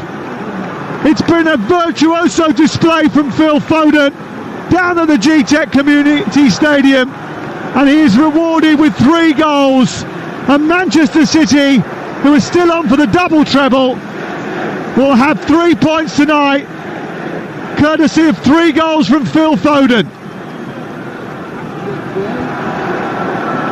He really is an outstanding footballer. His movement, his intelligence, calmness. Little over with Haaland, great feet as well, and then can he finish? Of course he can. He's in that number 10 position again. It's so aware of where Haaland is, and then his touch. His first touch is up there with the best in the league. I used to think Mahrez had the best touch, and I think Foden's taken his mantle. It's a terrific goal, and Pep Guardiola celebrated it because he knew just how important that was. Absolutely, because of the chances Brentford have been making and the momentum they'd started building. Bernardo Silva has been replaced by Jeremy Doku. Doku, who has had an injury himself. He missed the final 5 games of 2023 with a muscular problem. He has only played 46% of Manchester City's Premier League minutes this campaign, but he's already got 2 goals and 5 assists in the Premier League this season. And he's on now to replace Bernardo Silva, Jeremy Doku. I think they might make a couple more changes now they've got that cushion of an extra goal, Danny. I think so. I mean, you want to protect De Bruyne and even Haaland to a degree. And certainly it looks like there are going to be a few changes for Brentford in the next few minutes. I see Mikel Damsgaard getting ready to get changed. King Lewis Potter is also coming on, I think. Well, I think he knows that they're not going to get back into this game, so another game coming up shortly. At the weekend, you've got to get your players right, the ones who are most important to you, keep them as fresh, make sure they're not vulnerable to any injuries. Well, it's the start of a tough period for Brentford, including tonight. It's the start of a run of 4 games against the current top 3 over the next 7 match days. It's the first of 2 meetings with Manchester City, the other one live on TalkSport in 15 days' time. And they've also got Wolves, Liverpool, West Ham, Chelsea and Arsenal over the course of the next few weeks. So a lot to negotiate for Thomas Frank. Damsgaard just getting his final instructions. Keane Lewis Potter is over there as well. And we'll see who's going to come off in just a second. Yarmolenko is also down there getting ready to come on. Here's Doku on the right side, bursting into the box after laying the ball off to Julian Alvarez. The referee allows play on and Brentford escape with the ball. Mopé on the near side, plays it back to Ben Mee, and then Norgard finds Ethan Pinnock. Ball cleared out towards the wide right position. Roslav takes over from Collins, and then the ball's played just a little bit behind Ivan Toney, but again he almost got in behind that Manchester City defence. I think he's done well, Tony. He's been a threat. He's been reliable.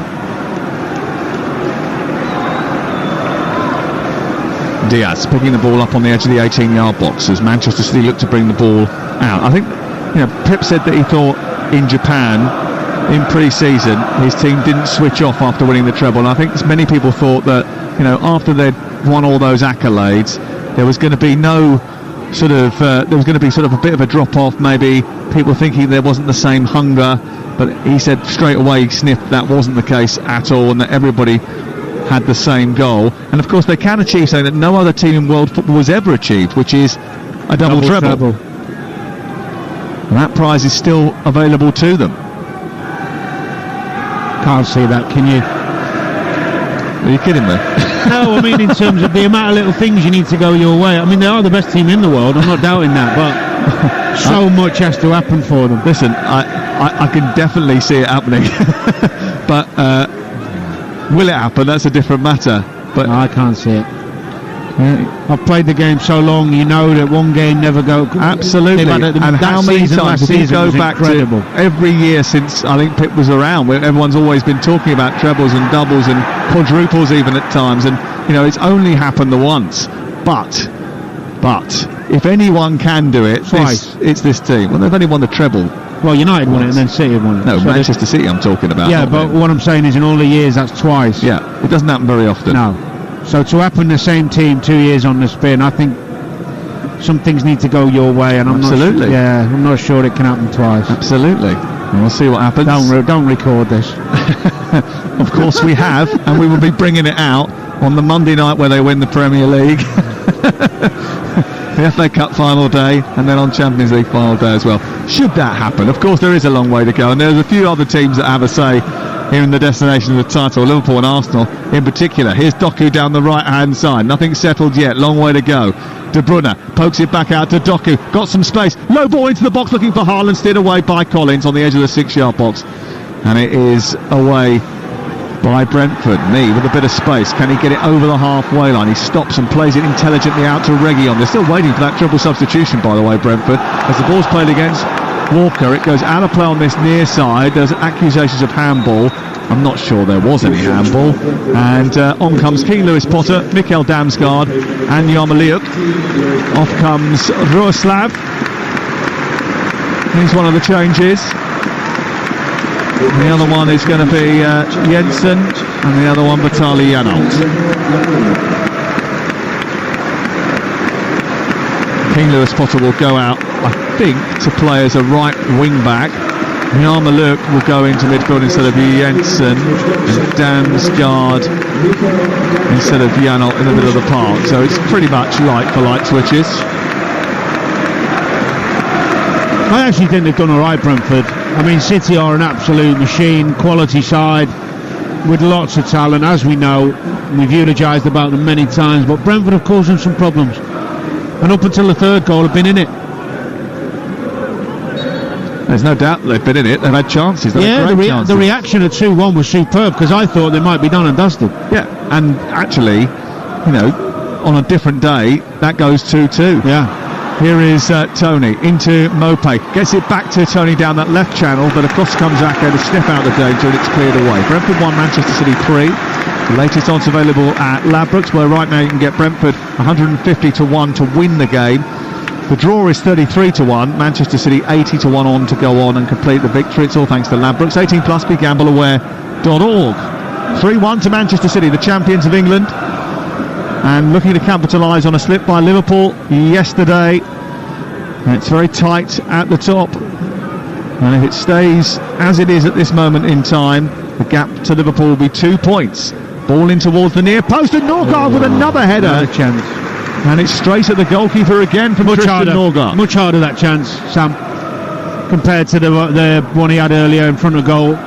That's a header coming away from goal. Would have been a hell of a header to try and score that, try and get the pace.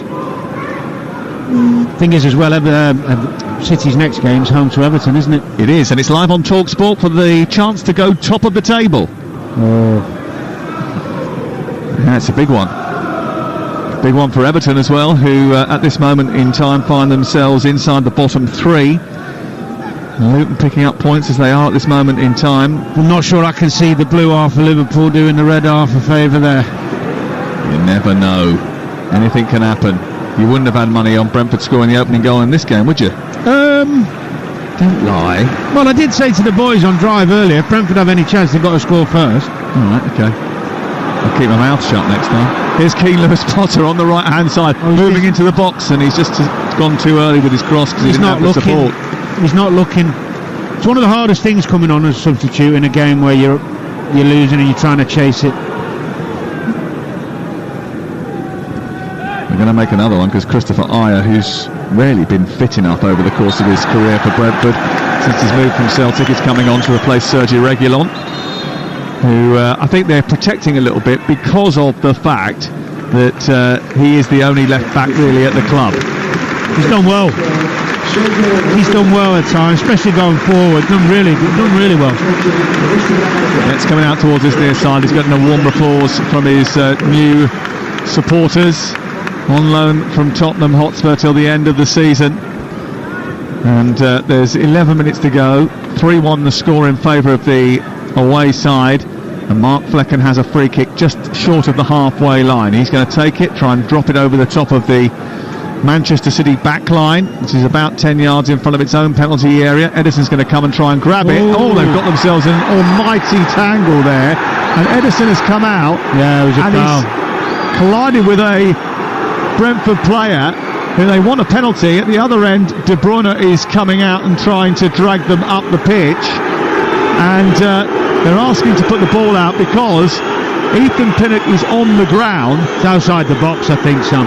Well, if he's outside the box, it'll depend where the contact was anyway, won't it? So we'll have to wait and see if there's a VAR check or not. We're just watching a replay of it.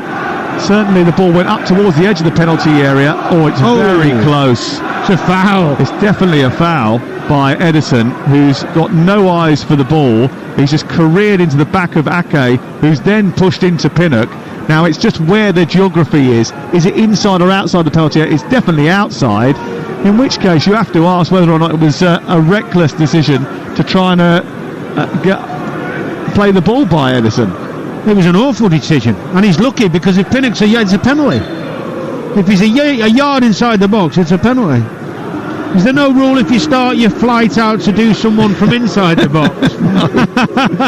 Contact has got to start at least inside the penalty area, and that certainly wasn't the case. Got a bit lucky there. He did, because actually he had no regard for where he was, for the safety of the player, or the location of his position, or where he was. Yeah. So he just flew out, and he was in mid-air, and he contacted with his own player and with Ethan Pinnock. And actually, do you know what? On another day, you know, if he'd been a little bit more forceful with his contact, that could have been a red card. Yeah.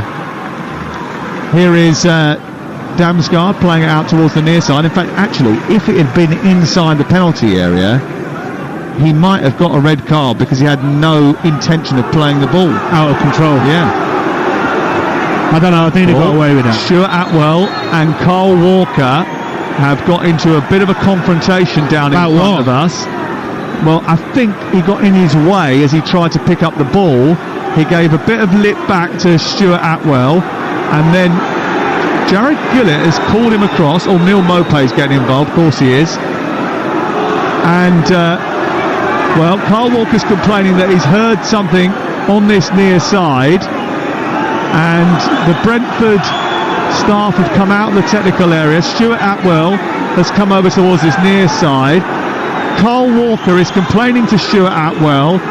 Pep Guardiola has come out on this near side. Maupay said something. He has, yeah. And I think Pep Guardiola has told Carl Walker to calm down, but Maupay has said something to Carl Walker which has set him off.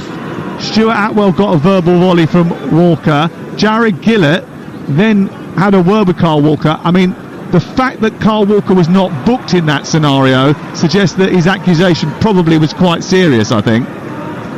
Because otherwise, I mean, he's clearly lost his temper and he's had a right go at the fourth official. Usually, and even talking to the fourth official. Well, it depends what he said. I mean, you can't get booked for telling the official something you think somebody else has said, really, even if you say it in a vociferous way. There's certainly quite a bit of controversy on this near side, and funnily enough, it involves Neil Maupay, who has a little bit of previous with winding up opposition players. Do you know what I have to say? I mean, we're assuming many things, and there's been lots of stories, obviously, in the press. Hold on, City, just with Carl Walker and his private life and stuff like that. And it's just unfortunately that's where chat goes on a football pitch. It's normal. I'm surprised. I mean, I'm not suggesting that is it, but I'm just hypothesising about what might have been said and where you get upset. And Maupay's given the ball away cheaply here, and Haaland has found De Bruyne. Across has come Nathan Collins to intervene. Yeah, well, look, we haven't got a clue what was said between the two, but something certainly sparked Carl Walker off. And he went in on the fourth official, then he complained to the referee. Thomas Frank is speaking to his assistants on this near side, and they've been involved in quite a lot of communication, and I wonder whether or not they're thinking about taking Maupay off here, because they do have one substitution left with 7 minutes to go. And they certainly look as if they're going to make a change of some sort down on that touchline. Ball thrown in towards the near post. It's chested by Haaland, sent centrally towards Doku. He can't get on the end of it. It's into the air. Alvarez tries to turn and shoot, and he does manage to do so, but it's straight down the throat of the goalkeeper. Smart shot, wasn't it? Nice turn. He's done well as well. One intelligent footballer. Does his work, plays his position. So reliable. He's a goal threat. Look at that work ethic, look. Running out towards the near side and pinching the ball from Ben Mee, then getting towards the edge of the area, holding onto it well, stopping, inviting a challenge and winning the ball down by the corner flag.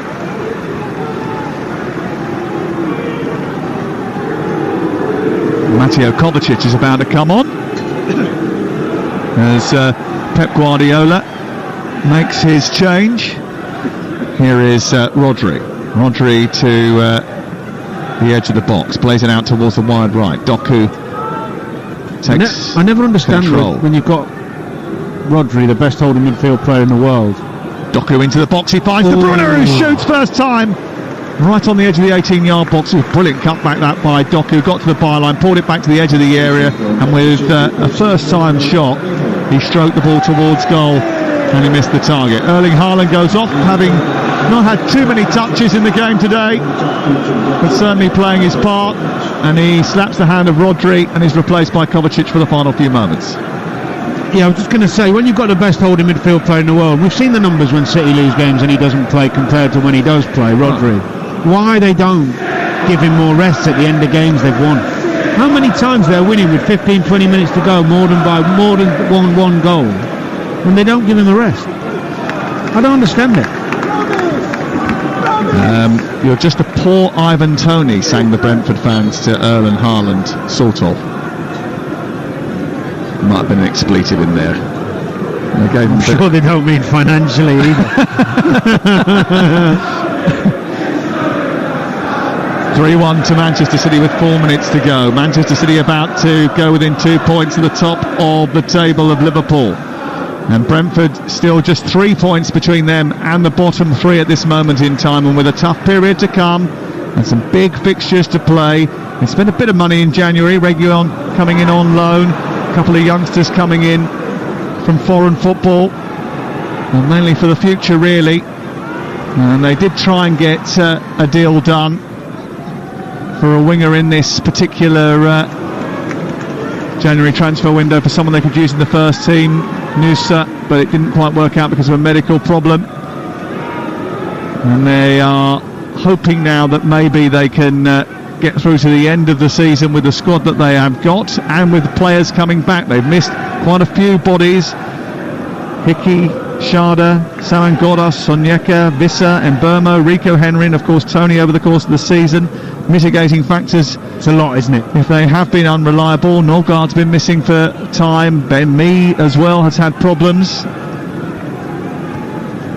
I mean, everyone has problems, but it's okay if you're Manchester City and you've got the depth where, you know, I looked at the bench against Burnley the other night. You've got Haaland, Kovacic, Grealish, Walker, Diaz, Bernardo Silva on the bench. They've got a full fit squad going into a busy period, but if you're Brentford, you don't have those resources. It makes more of a difference, of course it does.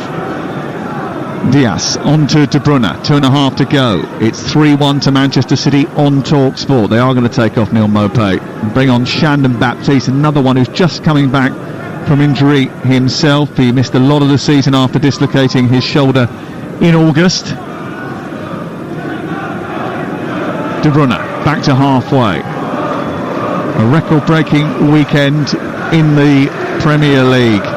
More goals scored in this match round than any other match round in any other season. And Phil Foden took us over the barrier with his hat-trick goal. Here on this near side, Doku tries to get a cross in towards the box. Keane Lewis Potter comes across to shut him down. Back to Walker once again. Tomorrow morning, Breakfast will review all the action. The goal-laden weekend with Jeff Stelling and Ali McCoy. 6 a.m. when you wake up. It's a brilliant combination, those two. If you haven't heard it yet, Jeff Stelling, Ali McCoy, 6 a.m. every Monday and Tuesday. They've got Phil Jagielka, Danny Mills. They've got Adrian Durham on tomorrow morning as well, and the Southampton manager, Russell Martin. Are they on together? Because they like to Of course they are. Probably from the same hotel room. Sharing a boiled egg and a slice of toast. Adrian Martin. Soon to be. Here is De Bruyne poking it down the left side. The ball is kicked away by Pinnock out towards the far touchline. Tony picks it up. The ball still hasn't gone out of play. They've been planning to take off Maupay and bring on Baptiste for ages, and still the conversation between Walker and Maupay is still going on. Do you know what? We don't know what it is. I think there's a huge difference between, obviously, homophobia and racism are unacceptable, and hate crimes and all. You can't. Which we're not suggesting anything. No. We don't know. I'm just talking more generally now. But if we're talking about other stuff, banter we call it, whatever, they can't remember what they used to call it in cricket, but you know, the sledging. Yeah. It's just what's not. It's a competitive. Sometimes nasty. Yeah. It's just always been part of the game from when I was young. Other lads give it, it could be about loads of things. When you're young, it could be how bad your football boots are, or how fat your sister is, or whatever it may be. It's just the way it goes. I hope it's nothing trivial. Maupay comes off and Baptiste comes on. Thomas Frank goes over and tries to have a little chat with him. Maupay's not particularly interested. Well, sorry, I rephrase that. I hope it is trivial, is what I meant. I hope it is something trivial, and Kyle's just got a little bit hot under the collar. Yeah. I hope it's nothing more than that, God forbid. 5 minutes of added time. Walker down the right-hand side takes a deflection. It goes through to Doku, and then it goes out on this near touchline away for a throw-in. We will ask Thomas Frank and Pep Guardiola about it. I'm not sure that they'll divulge any information, but we'll inquire anyway. Here is De Bruyne trying to get to the edge of the penalty area. He's tackled by Ben Mee. Mee manages to see it back to Keane Lewis Potter, and then Mark Flecken shanks the ball out on this near side for a throw-in. Well, it's been a performance, I think, for at least the first 45 minutes, and even in the response when they went 2-1 down by Brentford, where they can look at and go, do you know what? There's something in there for us. Absolutely. Going towards the end of the season. The issue you've got is what the impact of this and then maybe subsequent defeats has. Because, let's say they go away to Wolves and don't get anything. Then they play Liverpool. Then they play Man City again. All of a sudden, you lose another 3 games. And it doesn't feel like we've played well against this team and that team. That's we've why just got away with. Yeah, but that's why the manager's job becomes so important, Sam, because you have to keep things in perspective and give them context along the way. De Bruyne plays it out towards the left channel where Ake is waiting for it. His cross takes a deflection. It's tidied up by Pinnock and goes to the far side. We're in the second of 5 added minutes at the end of the game, and De Bruyne is still going over on that far Even this side. game, Sam, so when the next time they meet up, you could do a video for the lads on the positive aspects of their play in this game. Yeah. And you just keep doing that and you carry that through. They'll have a lot of games as the season wears on where they'll feel really confident getting points here against teams in and around them. Yeah, but they have already suffered more defeats and accumulated fewer points after 21 games than any other of their previous seasons in the top flight. But I suppose you have to accept, if you're Brentford, this is how it's going to be every now and again. You aren't always going to have a season where you finish in the top 7 or even start in the top 7. They were in the top 7 at this stage last year. That ain't going to happen every year. But you aren't also going to have your best strikers suspended for betting, and you aren't banned for betting, and you aren't going to have 3 or 4 of your other best players with real long-term injuries. Absolutely. Like Rico Henry and Mbeumo. They've been damn unlucky, and I know some other teams have, but as you said before, and rightly so, when you're down the bottom it's worse. They pick the ball up in midfield now, and it's played forward towards the wide right position. Christopher Ayer has sent it wide into the path of Lewis Potter, whose cross was deep. It took a little deflection though, miscontrolled by Walker, goes behind and away for a corner. Maybe a last chance to make it interesting for Brentford with 2 minutes to go at the end of the game. 1 or 2 starting to leave, and maybe heading to that bus stop to get the number 62 home. Damsgaard to take the... Is that the bus you go? No, I walked in towards the near post. It's flicked away by Diaz, comes back out towards the halfway line. You haven't been on a bus in years, I Mr. haven't. Matterface. Actually, that's not true. I went on one. We've got a big, long bus route in Didsbury, Palantine Road, one of the busiest bus routes in the country. Wilmslow Road and Palantine Road. How do you know that's one of the busiest routes in the country? Because Tim, who lives next door, just told making me. stuff up because Tim. Oh dear. It's true.